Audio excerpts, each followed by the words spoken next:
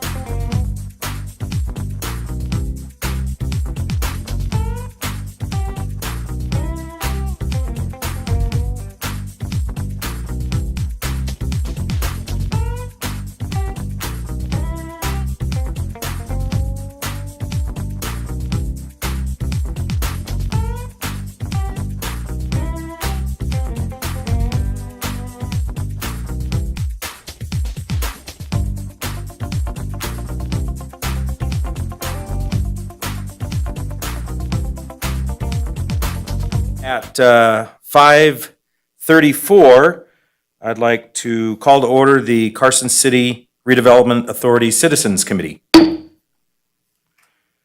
Roll call? Do we have anybody for roll call? Tamar? I'll do it. Yeah, I'm unmuted. This is Tamar. Okay. Sorry, I'm homesick. Chair Hanneman? Here, no, it's co-chair Hanneman. I'm here. Oh, sorry, Chair Cardinal, Here. Vice Chair Hanneman. Ronnie, are you there?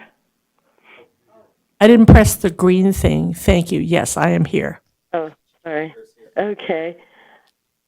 Member Bowden? Here. Member Bolentini-Wolf? Here. Member Fant? Member Lopez? Member Schutte? Here. A quorum's present. Okay, thank A you. quorum's present. Thank you. So, agenda item number 3 for possible action, approval of the minutes from May 3rd, 2021. Actually, Chair, I think we skipped public comment. Oh, you are correct. Sorry about that. Agenda item number 2, public comment. Does anyone have any public comment, either here or via the internet? Okay, I'll take that as a no. And we'll move back to agenda item number 3 for possible action approval of minutes from May 3rd, 2021. I move to approve the minutes of May 3rd, 2021, as written. Do we have a second? I second. All in favor? Aye. All opposed? Okay, carries. So I have been told that meeting item number 4, agenda item 4A, has been removed from the agenda. So we will move on to item 4B for possible action, discussion and possible action regarding a proposed recommendation to the Redevelopment Authority regarding the V&T Roundhouse Arch conceptual plan and associated funding of the improvement up to $256,000 from the undesignated funds. So Hope? Yes, thank you. In fiscal year 2020, the Redevelopment Authority allocated $20,000 to the V&T Engine House Arch, sorry, I'm used to architecture from Planning Commission, but anyway, we'll try again. In fiscal year 2020, the Redevelopment Authority allocated $20,000 to the V&T Engine House Arch conceptual plan. No, it's not the roundhouse, so I'll apologize to Jed Block. It is the engine house. By way of background, the city has sandstone blocks from one of the arches of the former V&T Railroad engine house and which was located on the northwest corner of Stewart and Robinson Street. The blocks have been saved to be used as a historic monument within the downtown area. Public Works worked with an advisory committee to review 12 locations. The advisory committee is putting forward 3 locations for consideration by RAC. And what I have for you is just a street view of these locations. The first is along Stewart Street south of Wright Way. The next one is along Oxaby Loop Road. And the next one is at the northeast corner of Mills Park Lane and Roop, which is right outside this building. The cost for design and installation range from $179,000, yes, to $256,000. The applicant will present the options to you and ask you to make a recommendation to the Redevelopment Authority to allocate the undesignated funds for this project. I have just put up a bigger map for you, which shows the redevelopment area 1 in yellow, and it shows the locations. You'll see the location at Stewart and Wright Way is not within the redevelopment area, but it could contribute to the redevelopment area. There's currently $990,000 in the undesignated funds for fiscal year 2022. So again, we're looking at about $250,000 that they're asking to use, and we have just shy of $1 million in that fund right now. I'm happy to answer questions. Otherwise, I will turn it over to my colleagues from Public Works. Okay, thanks, Hope. Anybody have any questions up front before they present? Okay, welcome, guys. Great, thank you for having us. My name is Randall Rice. I am the city engineer for Carson City. I've also brought my esteemed colleague, Mr. Rob Fellows. He's our chief stormwater engineer and also one of our key project managers on this and helping us move this project along. So first of all, thank you for having us. And as Hope alluded to, you'll see a couple of different instances where we call it the V&T Roundhouse Arch because that's what was approved in the budget. But we were corrected during our stakeholder engagement, which I love. But we do call it the Engine House later on. So just to clear up any confusion there. So on February 1st in 2021, this commission approved the 5-year budget allocations for fiscal year 21 through 25. At that time, as Hope mentioned, $20,000 was allocated for the site evaluation, conceptual design, and outreach for the V&T Roundhouse Arch conceptual plan. In February of 2021, the Redevelopment Authority accepted those budget allocations. In early March, staff began engagement with the company called Design Workshop to develop outreach and programmatic elements of the design. And then shortly after there in June, we had our first and only stakeholder engagement to gather input from key personnel that would be interested in this project. And then today we're presenting the results of that engagement and also the conceptual designs. Our plan on October 21st is to present your recommendations to the Redevelopment Authority and request funding for whichever preferred option you feel fit. So I think everyone in the room here knows the history behind here, but Carson City has sandstone blocks remaining from the arches from the formal V&T Railroad Engine House maintenance building, and they've been salvaged to be reused at a later time. The remaining blocks comprise 1.5 arches. However, the belief is that we can use sandstone blocks, cut them off a new product to kind of contribute to 2 full arches if that was desired. The goal of this project is to preserve Carson City's unique history, bring visitors to the redevelopment area, and of course, help beautify the city. The sandstone blocks are proposed to be reconstructed into archways and placed in a strategic location within the city. The concepts shown here reflect both stakeholder engagement and staff's feedback during this process. So as I mentioned earlier, on June 2nd of this year, we had a stakeholder meeting with the group you see above.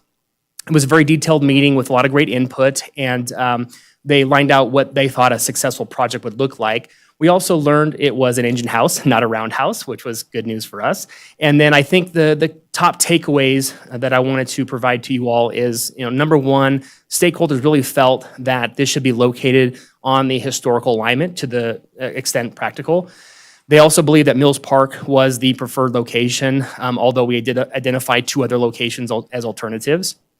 The other idea was parking. People really wanted to be close and be able to get there and have it accessible for people of all abilities, ages. We didn't want it off on some trail or hidden away somewhere. They wanted it open and accessible to everyone.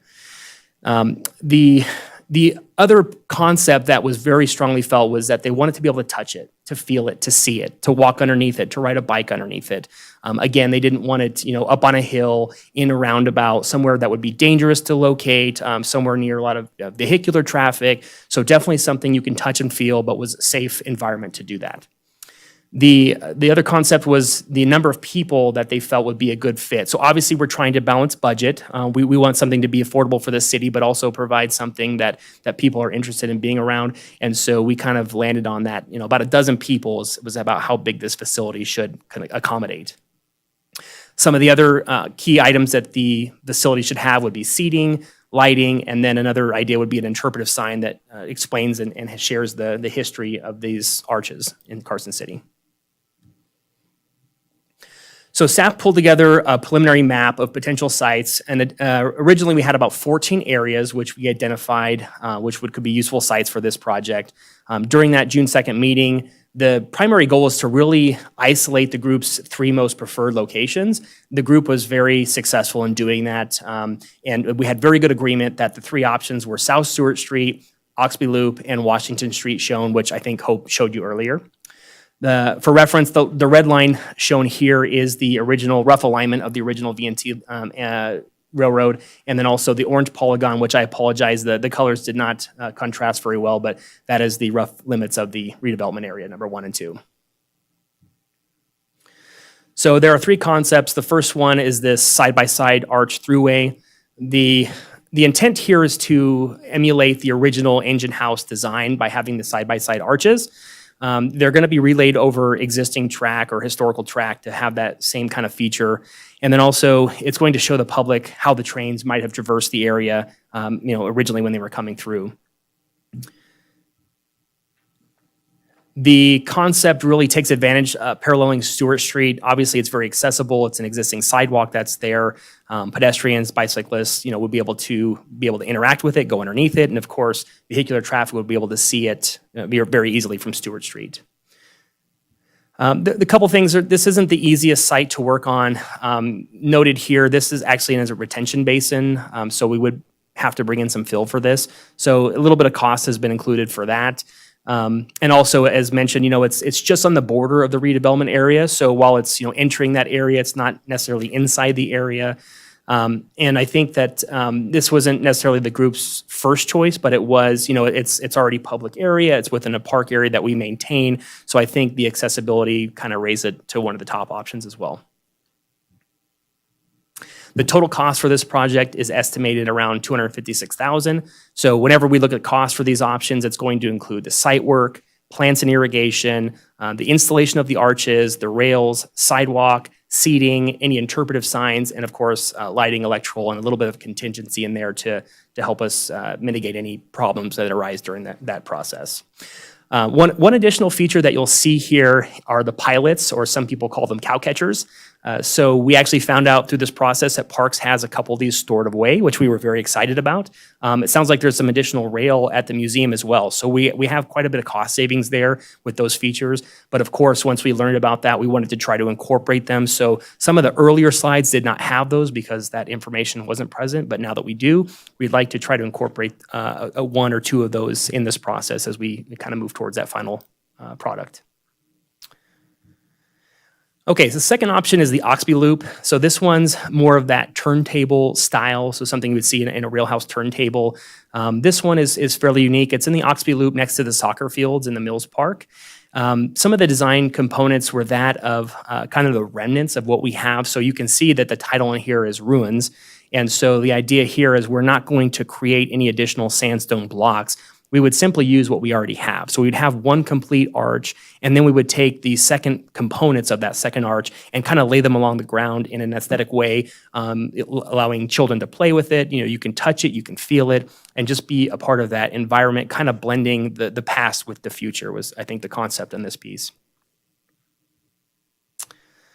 I don't think I have too many extra parts to talk about here, but you can see we've also incorporated those cow catchers here on this slide as well. So obviously here there's an existing crosswalk that already crosses Oxby Loop. It kind of goes to nowhere at the moment. So I think in my mind, what a final product might look like here is relocating that crosswalk further to the north so that you'd be able to ingress and egress this site probably to the west. So I'd be looking at maybe some accessible ramps, maybe a small concrete pathway or sidewalk that would meander through the grass there, connecting the sites, but also making parking accessible. The total cost for this option was estimated to be about $245,000. Okay, and then our final option here is the Washington Street double arch. Now, obviously, as most of you already know, there's an existing rail outside already and somewhat of a plaque sitting outside. So we would incorporate those existing features with this design. The goal here is to kind of make the arches seem like a building. So when you're going through the arches rather than the side-by-side, as you saw in the first concept, this concept is more of a building concept. So you're not confined by a roof and sides, but it makes you feel like you're going through a corridor into the building. So that's kind of what that final concept would look like, kind of blending the existing landscape and the final rendering. So this one, as we mentioned, was right outside the street here. One thing I will note from an engineering perspective, we do have some very large storm drain underneath here. So from an engineering perspective, you can say that's not my favorite option because if we have any kind of foundation work associated with the arch, we could run into some very expensive problems here. Not saying we can't resolve those, but there are some concerns from an engineering perspective on this site. So the total estimated cost on this one came up to $179,000. So with that, those are the three options we've delivered. I hope you like the concepts, and with that, we'll open it up. Thank you very much again for providing this money and any recommendations you have moving forward. I have a question. Thank you. Okay, Lisa, you have a question? Thank you, yeah. Are the concepts, are they interchangeable? For example, could concept 3 be on Oxby Loop? Yeah, I think definitely there's room for improvement there. The only caveat I would say is option 3, which is the Washington area. That one is kind of a narrow corridor. There's not a lot of room to work with without having to remove parking and things like that. So like we couldn't incorporate the side by side on option 3, but in the instance that you were discussing, could we go with option 3, kind of the corridor for the option 1 on Stewart Street? I think that would be a feasible concept based on the space available. Okay, yeah, because I'm looking at so what you had option 3, which is on Long Street. So kind of going through, so to have that on Oxabee, or option 1 on Oxabee. I think the option 2, to me, you lose some of what's so amazing about the arches. And so I personally think 1 or 3, but in the location of 2, if that's feasible. Yeah, I don't would see be why that nice. wouldn't be, problematic. If you can look at this slide that I have up shown here, this is option 2, the Oxby Loop. You can see in the very background, I think that Oh, concept was yes. actually originally attempted. And then once the ruins were come up with, I thought they just ran with that to give a little bit of variety in the options.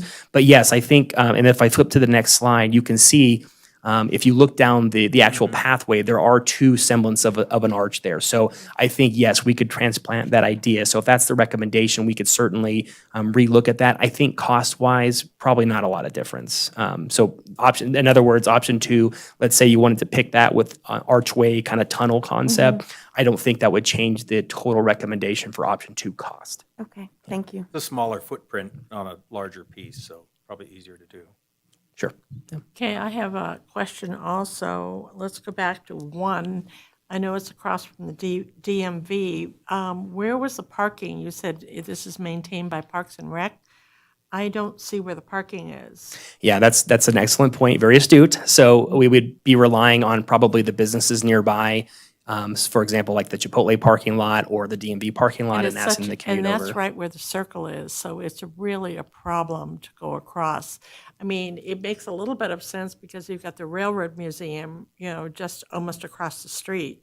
But still, I think it's problematic. One of the things that we were talking about when we were talking about the arches, restoring them, was basically that would be a photo site. Many cities have places like Reno, the Arch, that you want to take that. This would be our photo site. So I think for that reason alone, this doesn't really make a whole lot of sense.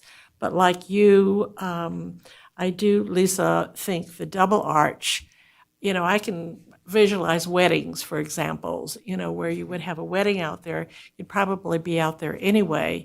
And to take the double arch, I think would be really neat. And the other thing too, I see you have it sort of at the corner right there. You do have that Kitty Railroad, but this would not this would not accommodate that, would it? I think that was brought up, and Rob, correct me if I'm wrong, but that was brought up with the group, and most people were not in favor of that because of where the Kitty Railroad is. It is kind of tucked away towards the back, and they felt like it would be, well, not only it'd be very expensive to have a pathway included there, so we were trying to balance, both accessibility and also cost to extending it way back in the park. But that did come up, was not the preferred option. Okay.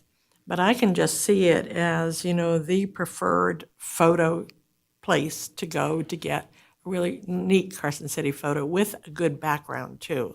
Because a lot of the places, why would you want a DMV in their background, So anyway, that's all I have to say. Thank you. Hi.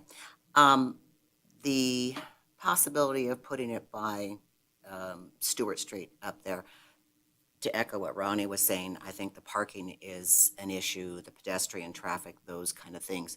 I like the idea that it's out there and it's very visible. A lot of traffic can see it and what have you. I also like the idea of having it right out here, but then enlighten us more on the storm drainage issues that you were talking about. I know that's very important. Oxabee Loop over here, obviously that kind of is conducive to all of those kind of issues because you've got the parking and the area for it. You have all of Highway 50 East traffic going through there. So, as long as it's a good visual location, I think would be ideal. If you could tell us a little bit more about the storm drainage, that would be great. Sure. Will it, if it was over here, will it withstand the soccer balls? If it can not withstand the force of a kicked soccer ball, we've done something wrong. I don't know, Rob, I think you're probably best to talk about the shallow storm drain over there across the street here. Yes, you know, in this location right by the building, we've got two 48-inch concrete pipes that run pretty much right underneath that area. And so to make, you know, the footings and things that might interfere, which would cause more concrete, more rebar, those kind of things. And that's something you don't really know until you get into it to see how it's going to work. And it might be off center, and then all of a sudden you kind of lose what you're after. So that's kind of what we were saying. Is there anyone, just to ask a question, is there anyone that's leaning towards the Washington Street plan that's outside? Me. Gina is? From an arts and culture standpoint, art in this kind of project is to be experienced and really hands-on. And I think that location actually works the best. You've got the library across the street, Maury's Bookstore. You've got the aquatic center. You've got the community center, and you've got the park. I actually think that's the best location for it, where you're going to get the most people able to park and experience it and actually sit down and enjoy the space. And also, just a side note, I've lived here for a very long time, and my stepfather was the one, Shaw Construction Company, that took apart that arch and preserved those pieces. And on his own dime, and he volunteered to do that with his crew and his equipment, and I would love to see an acknowledgement for that. Yes, absolutely. Thank you very much. And please pass the message along. Thank you. The question that I have on that site, and I agree with you because that's where the engine house was. I want to say roundhouse too, but that was where the engine house was. But is that not privately held land, or is that public land over there? The option number one, No, the Washington, one on right- Washington. Right outside. Isn't that the one you're talking about, Washington? oh, I'm sorry, option number three. Yes, Three. thank you. Yeah. Yeah, I think we looked at that, and I believe that is all public at this point, yeah. Yeah. And we tried to control the sites based on that, because obviously there's a lot of issues that we can run into on the private side and a lot of unknowns on the long term, how that's going to work out. We actually did have a private option, and that was very quickly turned down by the group, which we were very thankful for, because it adds just another layer of difficulty to complete that project and make it successful. I think personally that I didn't even look at that because I thought that was all, if I'm looking at the right place, it's the property behind Jack in the Box, right? No, it's right on the corner behind us, right outside. Right there. On the, Okay, I just don't know where it is. So This it's is right option here, three? it's if you come outside of the building here, there's already an existing plaque and some rail on the ground in the landscaping here. It's basically on the southwest corner of this parking lot. yeah, this is It's- our building right here. Yes. Well, I don't have three here. So it's on the corner of Roop and Washington? Mills Park Road, yeah. If you're traveling on Roop and you pull into the parking lot, not the parking lot closest to William Street, but the other driveway, it's at the northeast corner of that intersection. That driveway is called Mills Park Place or something. Yeah, so if you're turning Yeah. in to like the swim center, it's on your left. Exactly. Correct. So it's the northeast corner of the intersection of Mills Park Place and Roop. So it's right outside this building. Yeah, That's what they're there's another talking about. picture of it right there.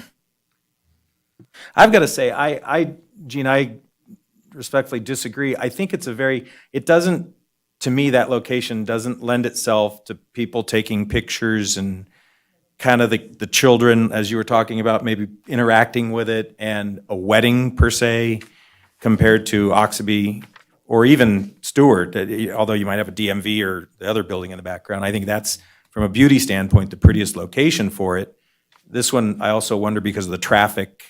You know, it's very busy there, a lot like Stewart Street is as well versus the Oxaby. But, you know, you got to look at all the reasons why we want this too. Do you want it for people to see as they're driving by and catch their eye and do that? That's not going to happen if you're in the middle of the park versus one of these other locations. Or do you want it to be a go-to destination spot for either locals or obviously tourism? And what's going to be more convenient? I think the parking lends itself to Oxaby by far, although this would be the second best. Stewart's the worst.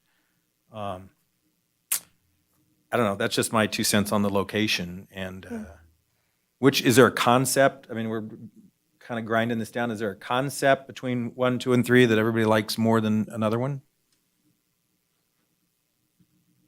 The tandem, the double? So the first one's a double and the second one's the roundhouse style and the third one's kind of Mr. tandem. Chair, I was just going to suggest, I think we've heard from everyone except for member Bulletini Wolf.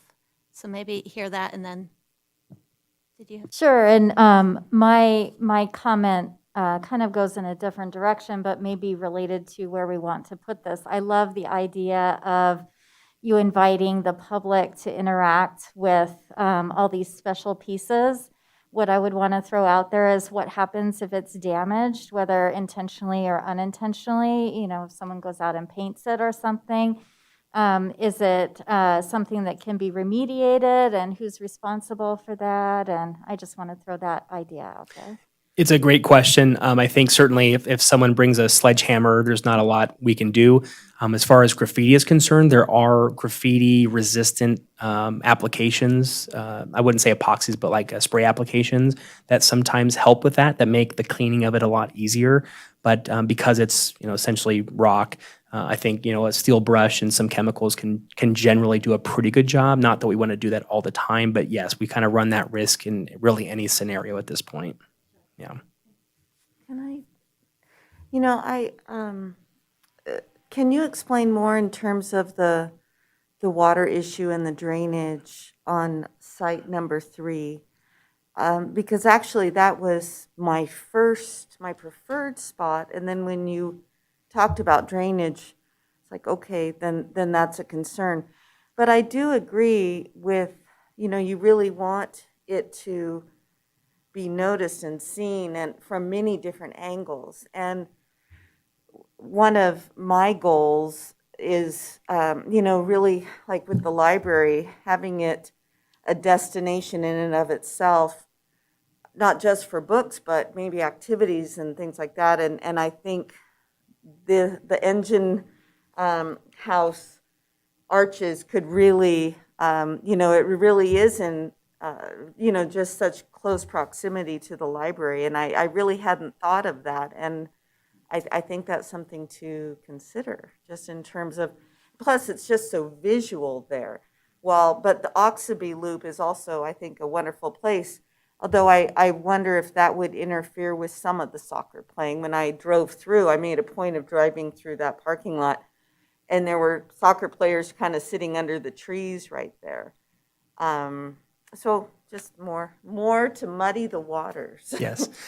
So I'll start with the park just because that was the most recent one. So we have been working with parks. They do have a new master plan from what I understand going on for Mills Park. And so we did bring up some of those questions about the proximity to the soccer fields and how this could be better incorporated into that master plan. So if this is the direction that we're going, I think that would already be included in that updated master plan that they're working on. We already have been working on the updated irrigation plans because there's a number of sprinkler heads and grass that would have to be modified. And so certainly we want to do that the most effective way that we can to make sure we're not getting overspray. We're removing the appropriate amount of irrigation so that the grass that is existing gets to continue to thrive in that environment. So we have been working through some of those concepts with our other partners. So I think that is one part of it. The other part is we could certainly shift this around that Oxby Loop. So if you decided that you wanted this to be more visible from William Street, we could potentially, move that to the north so that it's more, visible. It's, I guess, so keep that in mind when you're kind of thinking about these concepts. It's not necessarily locked in place, right? These are just really high-level conceptual. A lot more work will have to be done to really finalize these options. This is really for you to kind of get an idea in your head to make these discussions. Well, is this the right spot? Do we like the side-by-side? Do we like the kind of in-row? Do we like the ruins? And then we can take those concepts back as we get towards, selecting an architect and actually designing this and getting the engineering done for it. So we could then have a say, like in the footprint of it. And so instead of, if I think it's safe to say the ruins are my least favorite. If it was something, the side-by-side or the two arches going through, that might be more conducive to the space over there and the soccer field. Yes. Okay. So yeah, we could shorten that up a little bit and do a side-by-side if you wanted, a little more spacing between the actual exhibit and the soccer field. So we could modify that a little bit or shrink the turntable down, so it's not quite as big of a structure. So that, hopefully that answers a few of those questions. thank you. And then as far as the drainage goes on site number 3, in our investigation, as Rob mentioned earlier, we have 2 very large 4-foot tall culverts there. So obviously it's conveying a lot of water. So obviously, just like some of our other projects, we would not want other utilities or structures or anything built on top, because once those pipes fail, if they do fail, and we have to get in there and repair them or replace them, then we're going to have to do something with this exhibit, right? And so that was my biggest concern. And then secondly, our data shows that there's only about 2 feet of cover on those pipes out there, which is not ideal. So depending on what the engineering says about these foundations, if they have to be deep and wide, we might have to do some field change orders or things like that, which obviously increase the cost because of unknowns that are there. So those are just, in my mind, some of the looming questions. Not to say it can't be done, right? It's certainly, if this is the idea that you would like, we'll work to make it happen. But those are just some of the. Since there's already, and I'm sorry I'm taking up so much time, since there's already the rail there in the third site, could one of those cow catchers actually be there as kind of an introduction to over on Oxaby?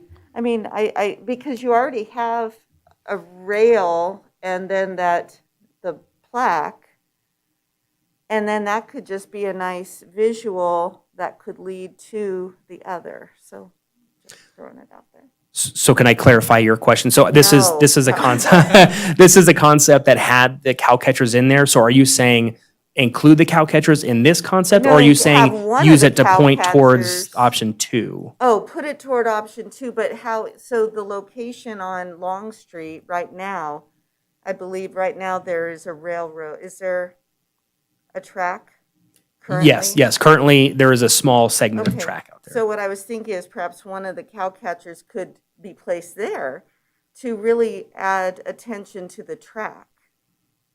And then the other could be incorporated into the final product wherever it's located.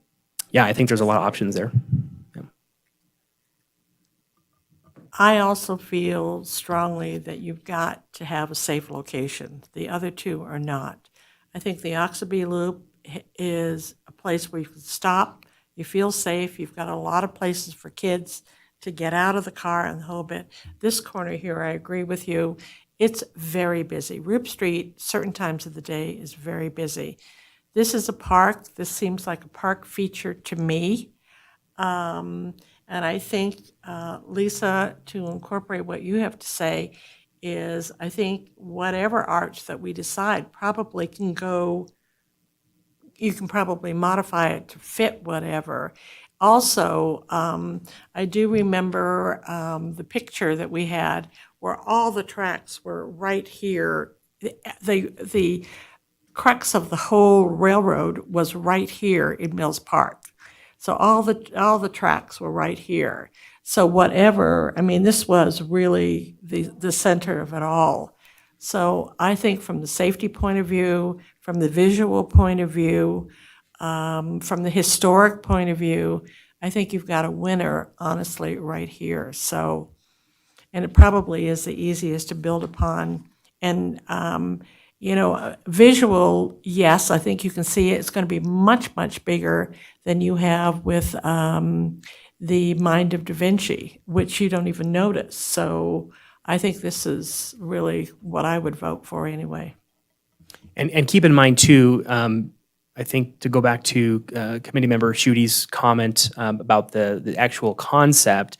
So we don't have to do the turntable style here at option 2. So if you were to tell me that option 2 was the preferred location, but you wanted it to look like the Stewart Street side by side, I'm sure we could incorporate that, right? We could take design elements from one concept and kind of shift them. Now, as I mentioned, there are some caveats with, for example, option 3. Because of the limited site constraints, we probably couldn't do side by side there just because of the limited space. But option 2 has a lot of flexibility here to really incorporate. Option 2 with the tunnel. Yeah, I think that could really be, super consistent with how the tracks went through Mills Park. So keep it straight, so just something. Yeah, I think that's the road we're going down. I think Yeah. it will, you know, I think we pick the site that we like first, then we pick the rendering that we like and plop it in the site, and we've got at least a ballpark to go into. So let's kind of break this up in two categories here, as we've kind of done already, and kind of look at, just have a discussion about, I know Gina was a proponent of Site 3, but I think I'm hearing a lot of people being the proponent of Site 2 here on Oxby. Is there anyone that wants to discuss that again, or kind of lean down the road? I'm leaning toward, just so you know, I'm leaning toward Oxby because I think it's a safer location. I think it's more pretty. I think the other two, you got big traffic problems.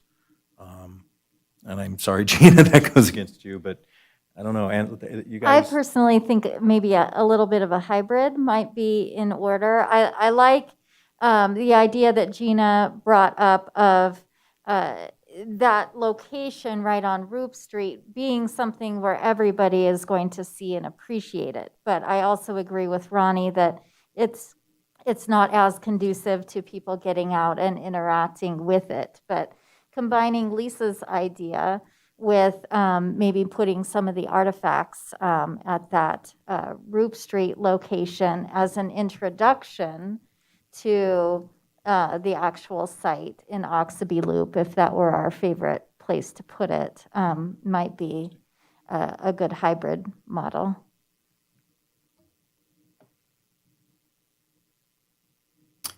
I like the idea of the Oxby Loop. I like your point, which you said about maybe taking it to the further north, just a little bit, pushing it out.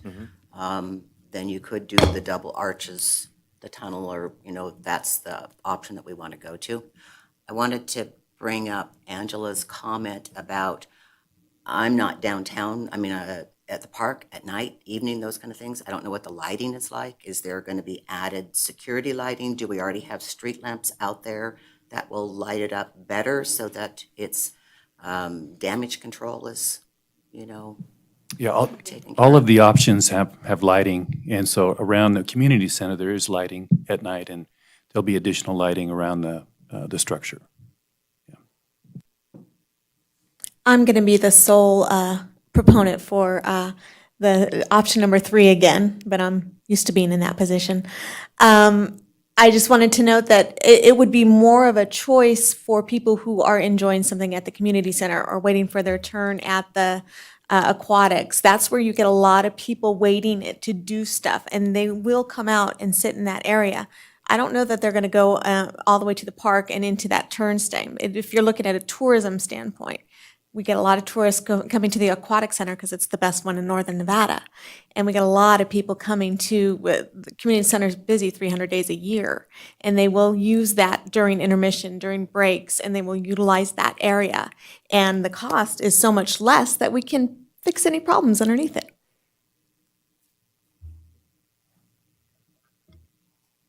Okay, well, I guess everybody's kind of spoken on that. How about, let's move to the second side of it, which is concept. Is there, I think I'm hearing that there's less fans of the ruin and more fans of either the side-by-side or the pass-through arches. Ronnie, you look like you're ready to press that button. Yeah, so. the only thing I have to say is, why don't we vote on the site location first and then go to the other? So if we get Can the we break site it up like that? location. I actually would think that's a wise decision because depending on what site you pick, you might restrain what options you have. So rather than trying to combine the two, if we can get Yeah. a site first and then a concept second would be great. When you consider the location, I would also ask that whoever makes the motion consider whether you do want to move to the north, so that's visible from William Street or not, because if the visibility from William Street's important to this commission, that would be helpful to know.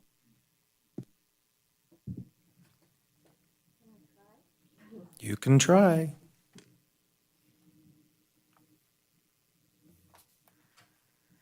I move to recommend to the Redevelopment Authority approval of location. You can call it Oxby. Okay, approval of Oxby Loop with the possibility of a hybrid option of having, is that, We're just I mean, doing location. strictly, okay. And so the design, that would be covered Second under one. the hybrid? Okay. All right, so then I move to recommend to the Redevelopment Authority approval of option of Oxabee Loop, but further north, and the associated funding of the improvement up to, and we're still not sure on that one. No, just location. Okay, so, Mr. Chair, if I may ask, when you say further north, is the objective that be visible from William Correct. Street? Because I feel like if that's an objective, it should be be stated in the stated. motion. okay, with the objective of being more visible from William Street. Okay, so can we have a clean No. from the beginning, please? Okay, I move to recommend to the Redevelopment Authority approval of Oxabee Loop as the location for the site to be further north than is currently in the conceptual plan to allow for better visibility from William Street. I Do I hear a second the second? motion. We have a second. Okay, all in favor? Aye. Aye. Gina? Can I, Sure. Yes, you can say nay. That's why we vote. So the motion does carry with 1, 2, 3, 4, 5 to 1. You can always do that, Gina. That's why we're up here. Okay, so we've got that done. So now we're going to talk about the design element. And if someone wants to include in that design element perhaps a tidbit, like you're talking about with the cattle guard at location number 3, you could include that too, and then we'll include the funding part in that as well. But there's Ronnie's button again, so. Who wants to start on which theme they like best? Start with Angela, let's just go down the line. Let's see. My favorite, I'm not sure which concept it was, the one that was originally at the Stewart Street location, is that concept 1? So that'd be option 1. Okay, I will give you a very mixed answer. I love this hybrid idea that we're kind of discussing here. So my favorite concept is concept 1, with, if we're going to do something on the corner of Roop Street, add in some of the elements of the ruins concept, because I do really like the ruins concept from the perspective of it being most interactive, because you can sit on those pieces of sandstone and, you know, kids can play on it, et cetera, et cetera. But I do think that the design element of the double arch is really nice. And if we want it for a photo opportunity, then I think that's a pretty majestic photo opportunity. Thank you. Lisa?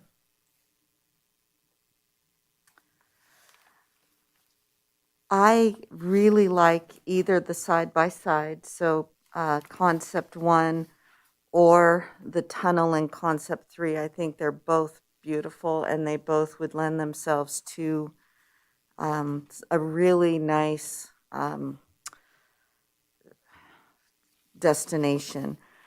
I also like the idea of, since it's going to be an Oxabee loop, I really love the idea of having elements from this located on Roop Street as a natural entry into the Oxabee Loop location. And I think it can incorporate some of the elements that Gina was talking about, you know, really making it, you know, creating an interactive art that can then lead to a destination. Okay. I have a question. Which one between 1 and 3 represents a better depiction of the original engine house?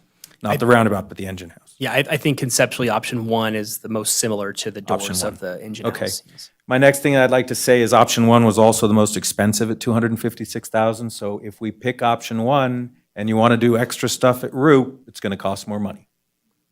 Thank you for bringing that up. Yes, you're very Always welcome. appreciate I'm that. always looking at the fiscal side of things, so. One thing I will mention is I think a lot of the cost, the additional cost compared between 1 and 2 is the additional fill required to keep the site level in that lower basin there.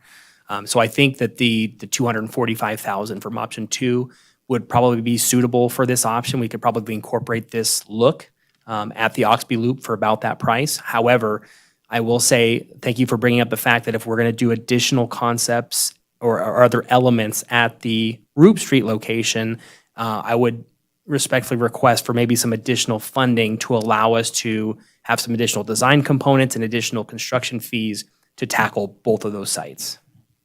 Thank you. That answers my question perfectly. And I'd like to remind the members that they are looking at around 256,000 out of roughly $1 million, so there is some money there if we would like to do that. So I'll go on record saying, I originally liked the Stewart concept right out of the gate as the best one. I like the fact that it's more accurate towards the historical station itself, the engine house itself. And I also like the idea of having something. I don't like the idea of kids playing on the corner along, and I just don't. It's just like Ronnie said. It's too busy. There's cars coming in and out of here. But I like the idea of it pointing to, kind of here's a tidbit. This is the direction to go. Here's the arrow to go down to see where this is on the location we picked. So that's my 2 cents. Ronnie? Okay, I've got 3 cents. I think visually it will work better here, and I like the option or the concept 1. If everybody's worried about if it's going to make an impact, it certainly would with both of them, and that is the closest to what it looked like originally anyway. Number 2, I do believe that even though it's maybe 10,000 more or whatever, do it right the first time, because when you go back, you know me, you've been my chairman of the board, I'm very fiscally, cognizant of spending every penny or not spending every penny. But I think this is going to be probably the biggest thing for tourism and the local and history that we're going to be building in Carson City for a long, long time. That has been sitting there forever. And I personally am so excited about the fact that something is going to be done now. And let's do it right. So for 10 or 15,000 more, there's also, I have always felt too, that why do we have to pay for it all? There should be ways to go to the private sector or railroad people or whatever to maybe, work with us with some monies as well. I know that I got all the benches, or the chamber got all the benches for the downtown originally when the city said we can't afford benches. We went out, and you'd be surprised how many benches we were able to get just by putting that out there. And I think that if you wanted to do some other elements, you can probably find that through the private sector. So anyway, that's my 3 cents. Okay, thank you. I have a half of a cent to add to that. I think that's a great idea. I'm always up for looking at private money coming into stuff. And not that it would be on any of the blocks per se, like Lisa has over at Cassie, but if there was maybe something we added to it that had the names of the people that maybe contributed or companies that contributed from a private sector, because I know, I know Carson Toyota, right out of the gate. So I think that's a good idea.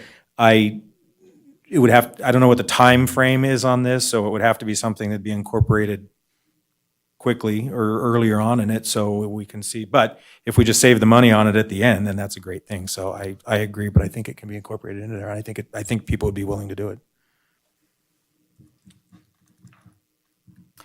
My favorite is concept 1. I like the idea of the double arches out there, close, very visual. I think that would look very, very sharp, and a lot of people would see it.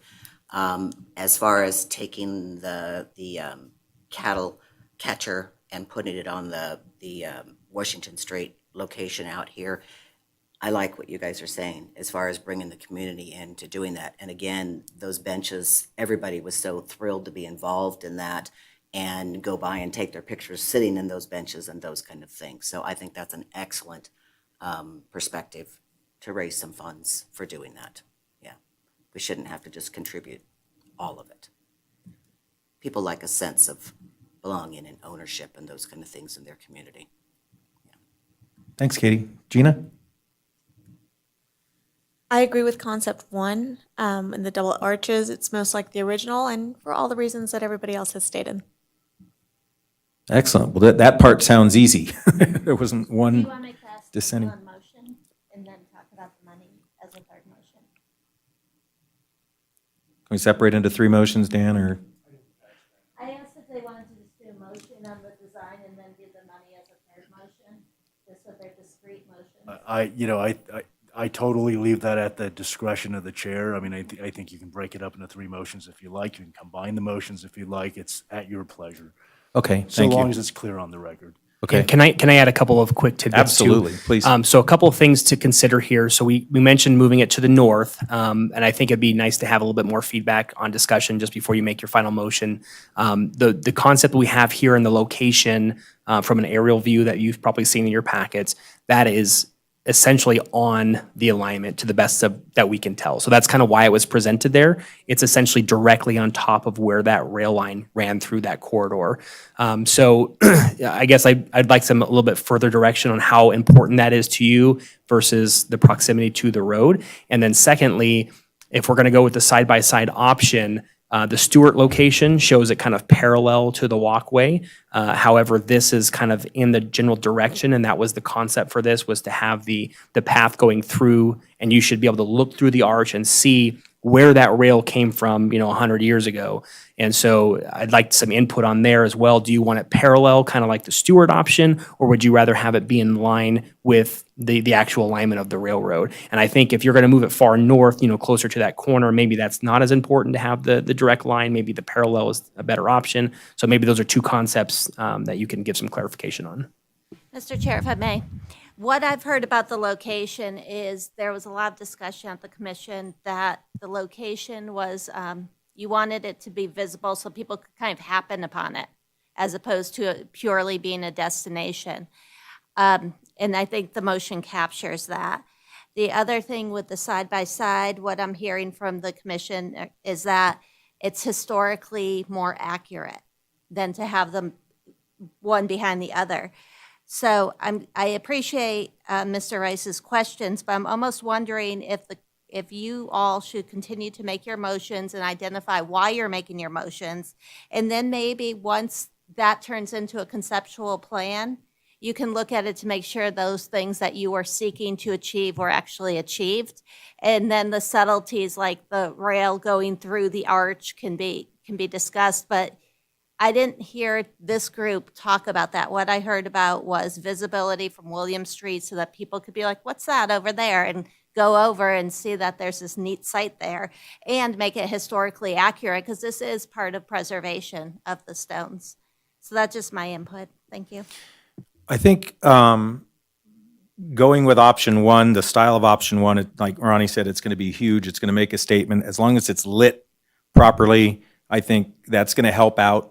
I don't know how much more we gain by going farther north. I mean, we've kind of already sailed that boat with the first motion that we did. And it doesn't mean it has to go farther north. It says with the option to move farther north. So we've left ourselves some latitude there. So if it comes down to it where you want to be more, somebody says we want to be more historically accurate and put it right where the line is, then we can still do that. But we've picked a location with an option to move it farther north.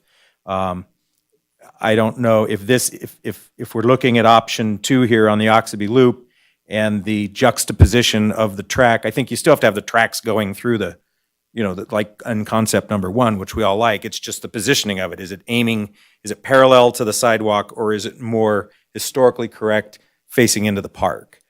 I think is something that we might want to look at when we're making the motion. I don't know if we want to have a discussion about that quickly first. If we're looking at this where it was historically positioned where the tracks were going, the one on Stewart Street was historically positioned where the tracks were going, but it happened to be parallel to the sidewalk versus going into the park. I personally don't necessarily see any problem with it going into the park because this was a very big footprint in Oxby Loop in the first place.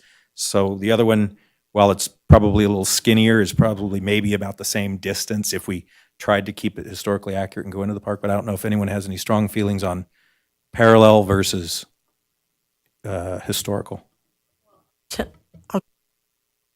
I'll tell you that seeing the original concept or where all the tracks went, they went all over.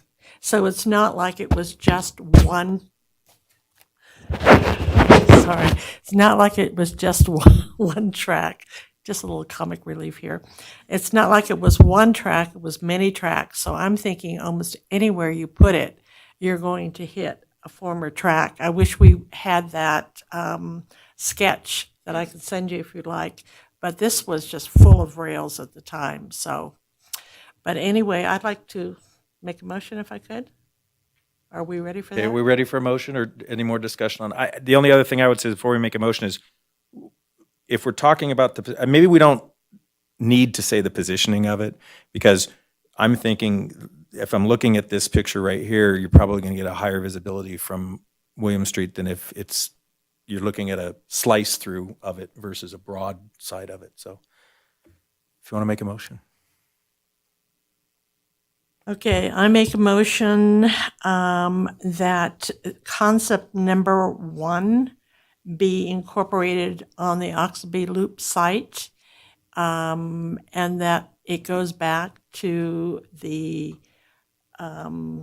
person who did the concept, what was a designer, goes back to the designer to try to incorporate the double loops in that. So, and then we could probably come back for a fast visual or email or whatever to see how it is going to work. Because right now it's just in our heads and we're not really sure. But so my motion is to accept number 1 as it will be designed. You okay, Dan?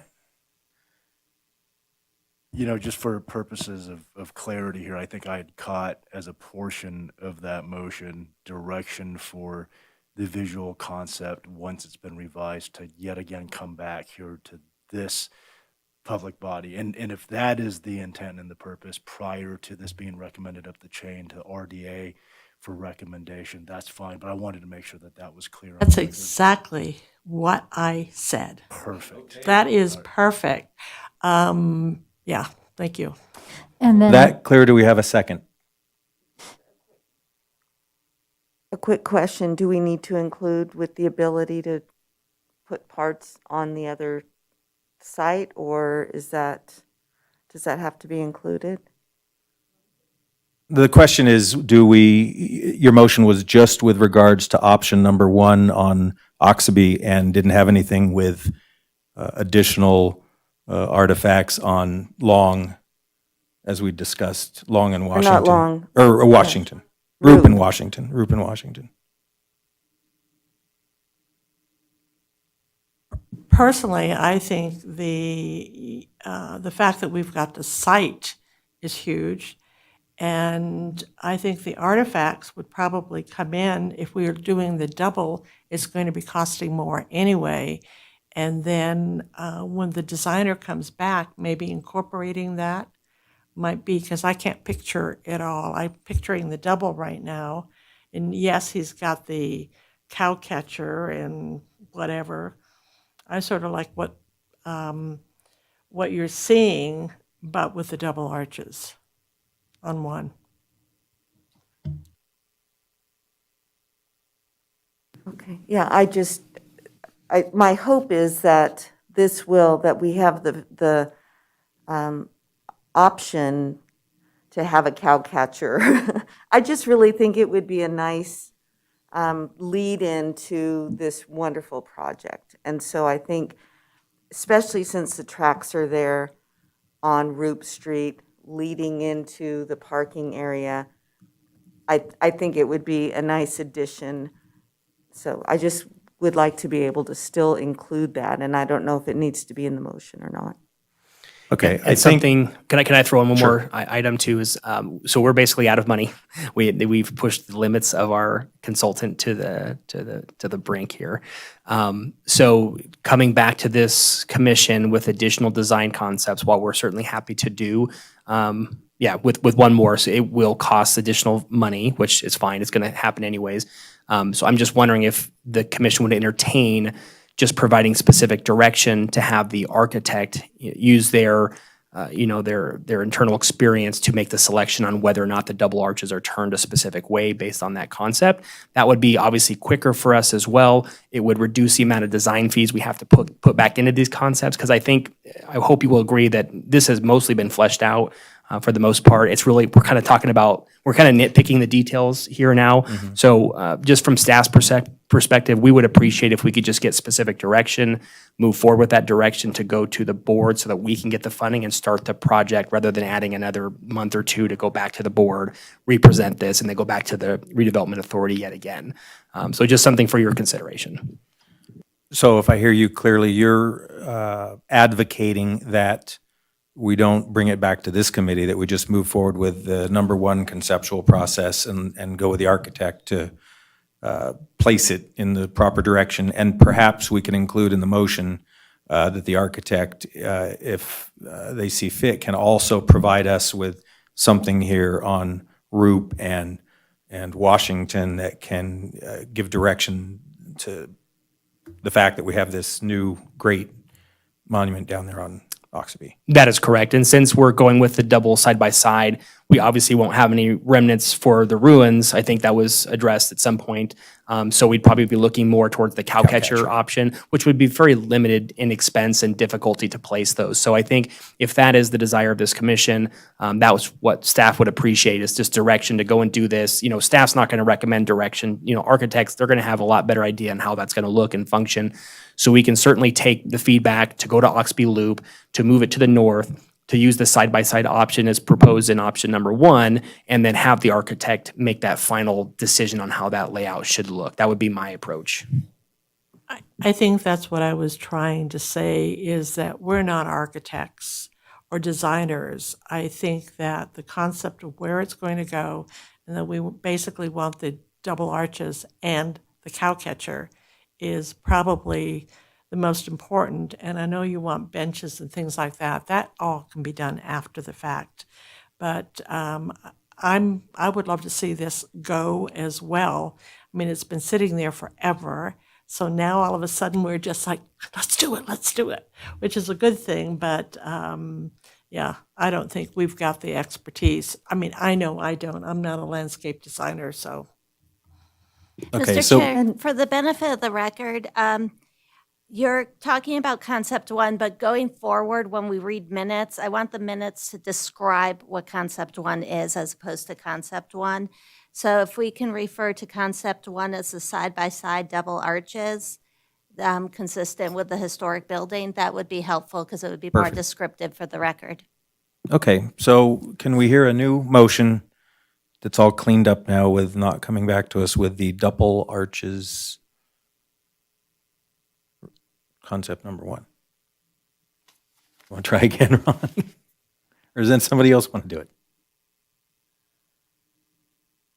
Mr. Chair, if you'd like, for the benefit of the record, I can say what I think the motion is, and the commission Sure. can let me know. I think what I'm hearing is the motion is to have the design of the arches, consistent with concept 1, which is the side-by-side double arches, consistent with the historic building located on the Oxby Loop site. And I'm not sure about this part. And the cowcatcher would be installed on the Roop Street site. That works. I think that's a great motion. I second. Can we, somebody needs to make that motion. I make the motion of what you were saying. Yes, thank you. So the motion's consistent with what was just read into the record by the Community Development Director. Correct. There you go. Do we have a second? I second. All in favor? Aye. Aye. Aye. Okay, motion carries unanimously. Now money. So we have the last motion, which is currently $256,000.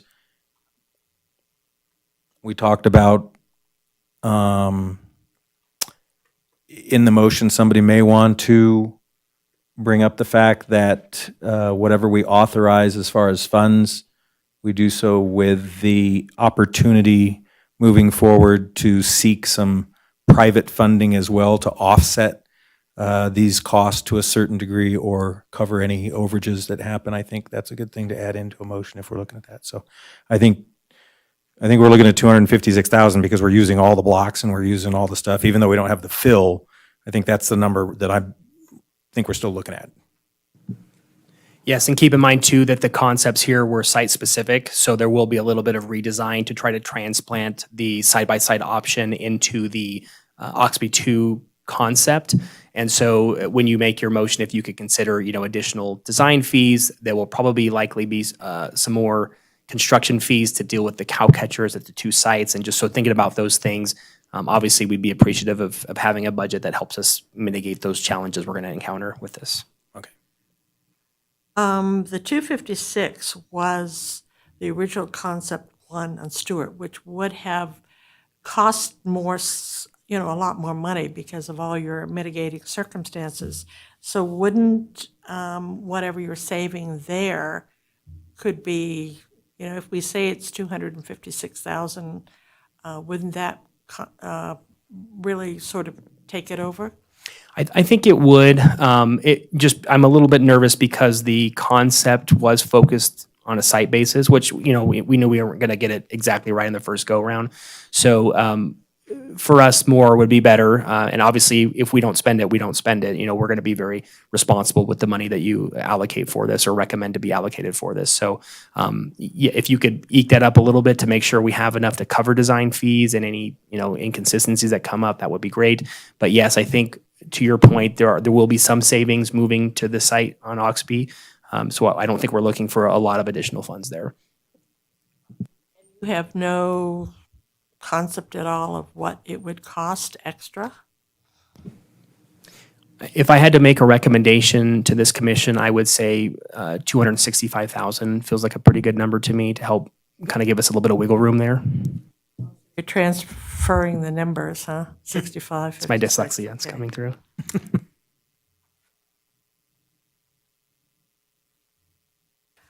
I make a motion, if I may, to expend no more than 265,000 for the concept as discussed on Oxby Loops, and of course, pending the approval of the Redevelopment Authority Committee. So, Do we have a second? I'll second the motion. All in favor? Aye. Aye. Opposed? Motion carries unanimously. I just want to say thank you very much for your time. We really appreciate working with this commission, and we're very excited to be a part of this and to move this to the next steps. Yes, very much so. Thank you. We're excited.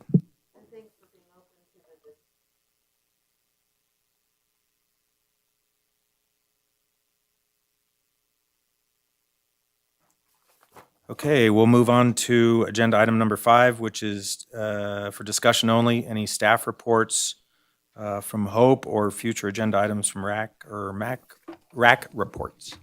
Okay, the pavilion sign will be coming back to you. That their bid hadn't included all the activities, so it's going to be a higher number. So that's why that was removed from the agenda. I'm still kind of getting my arms around the budget and the different projects. And I'm just curious, I've talking to Ronnie a little bit about how much money was in the unallocated fund. I was wondering if you all would want some type of overview on where we are on the budget, what programs have been allocated or received funding, what's been spent, what's been canceled, or if that's something that's not that interesting. No, I think that'd be good information for us. Okay, so, because I have to figure it out for myself so I can share it with you. And that way we can kind of have an overview of what's going on and start thinking about future projects.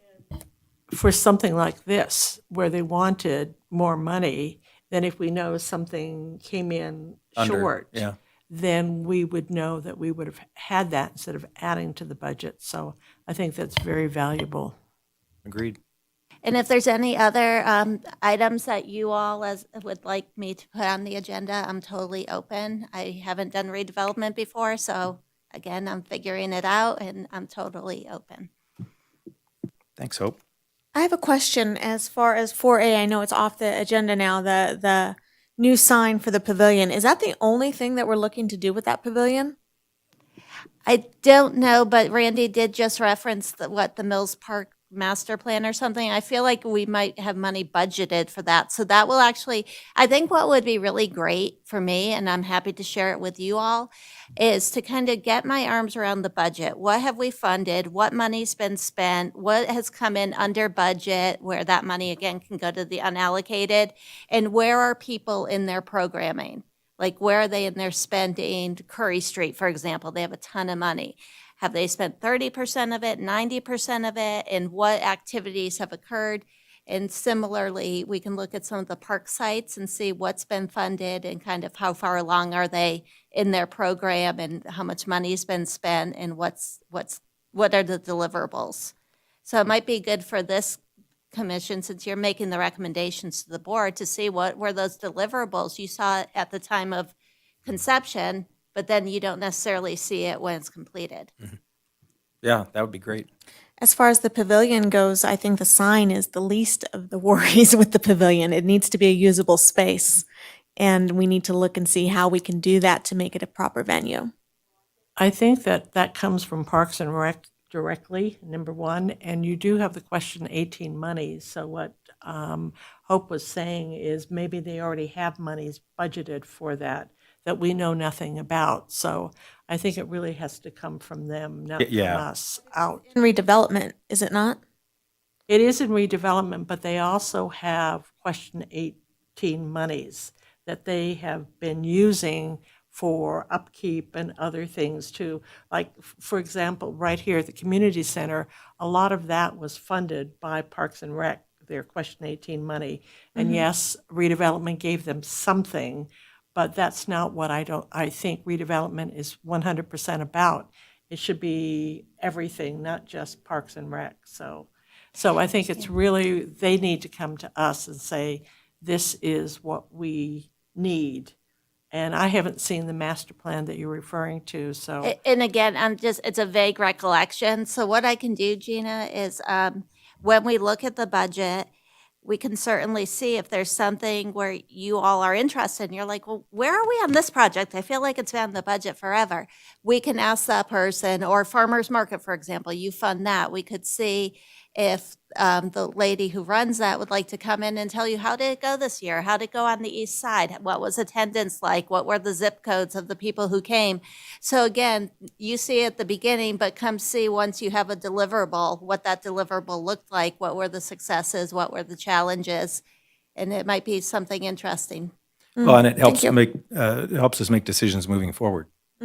Certainly. Frankly, I would like to see somehow or other something go out to say that there is money for facade improvement, because that's one of the big things about redevelopment is improving our Main Street and the other facades. And I think going back to revisit some of the projects and what is working, what isn't working, if there's funding to address the what isn't working component so that it can actually be the project that it was supposed to be and that we should have at the end. Okay, any RAC reports? Anybody have anything they want to? I think the only thing I will mention on behalf of Taste of Downtown, it has been canceled. I know it's not a redevelopment project, but it really brings a lot of people down into the redevelopment area. That unfortunately has been canceled due to a variety of reasons. So, and that's it. Well, I will tell you, as a RAC member, Oktoberfest has not been canceled. So as of right now, I reserve the right to cancel it if I see fit. But as of right now, we're moving forward with Oktoberfest. So first weekend in October, so. And along those lines, Lebanon Carson City will be resuming this weekend with 2 additional events we had to postpone due to the fires. And if this committee would like a report, we can certainly supply one on the zip codes that actually come downtown. We usually have between 2,000 and 3,000 people every Saturday night in the downtown core for those events. And the Cassie Pooch Plunge will be at the Carson City Aquatic Center on September 18th. From 9 to 10 is small dogs only. 10 to 3 is free swim for any size dog. It truly is the most ridiculous day of the year, and with all the stress and sadness and heartache, come down to the pool and you will just giggle all day. So, Pooch Plunge. I have a question for you, Lisa. I have seen 2 different things today on, this is 9/11, the 20th anniversary of 9/11 coming up, and I've seen a 9 o'clock and a 4 o'clock. What time are they going to be doing the event or the memorial? 4 o'clock. 4 o'clock? Yes, 'Cause I 9 saw, on your website, it says 9 o'clock, on the city's website. You know what, and they reached out today, and I've been at the Fuji evacuation site all day, but I know that there's a formal 4 o'clock, but if I have missed something at 9 o'clock, I will reach out. I know they're taking pictures, but I think it's 4 o'clock, but I could be mistaken at this point.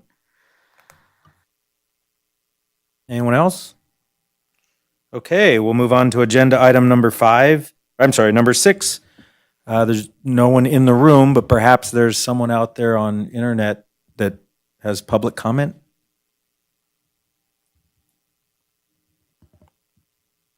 And I'm taking that as a no. So we'll move on to agenda item number 7 for possible adjournment. Do I have a motion to adjourn the meeting?